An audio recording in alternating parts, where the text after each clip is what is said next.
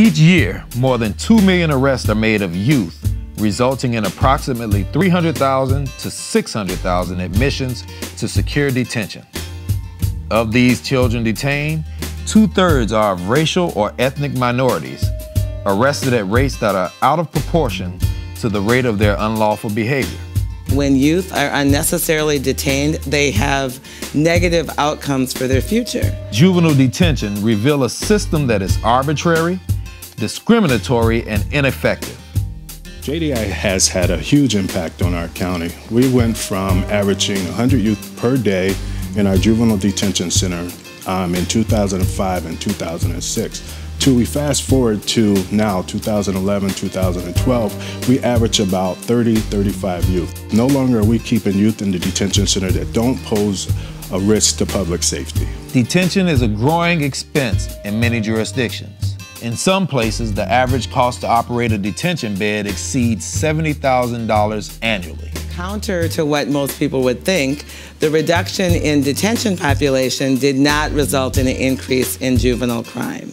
So millions of dollars have been saved because alternatives to detention, such as having community coaches or having people monitor to see if they're going to come to court or not, has proven much more effective as well as cost effective.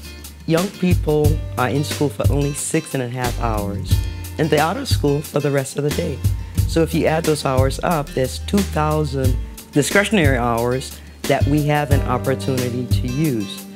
If you look at where crimes occur, both when young people are perpetrators or victims of a crime, it happens during those out-of-school hours. Lowering juvenile detention populations are commensurate with improved public safety strategies. There is a likelihood that kids will have a much greater chance of avoiding adult criminal behaviors if they are diverted from secure detention to community alternatives. Education can be a great equalizer, but I think one thing that's missing is that you need to address disparities within juvenile justice system in order for young people to be able to access the great equalizer of education. We have within schools push factors pushing young people out of school, and we have the justice system factors that are pulling kids of color disproportionately into the criminal justice system, and we need to address both.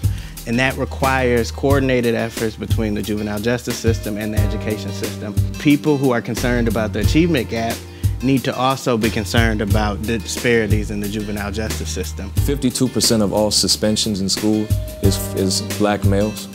That's a problem. When 80% of suspensions are for African Americans, that's a problem. When the vast majority of referrals to police is for students of color, that's a problem. JDAI is a process, not a conventional program, which means JDAI helps restructure policy and practice to create systems improvements that reach far beyond detention alone.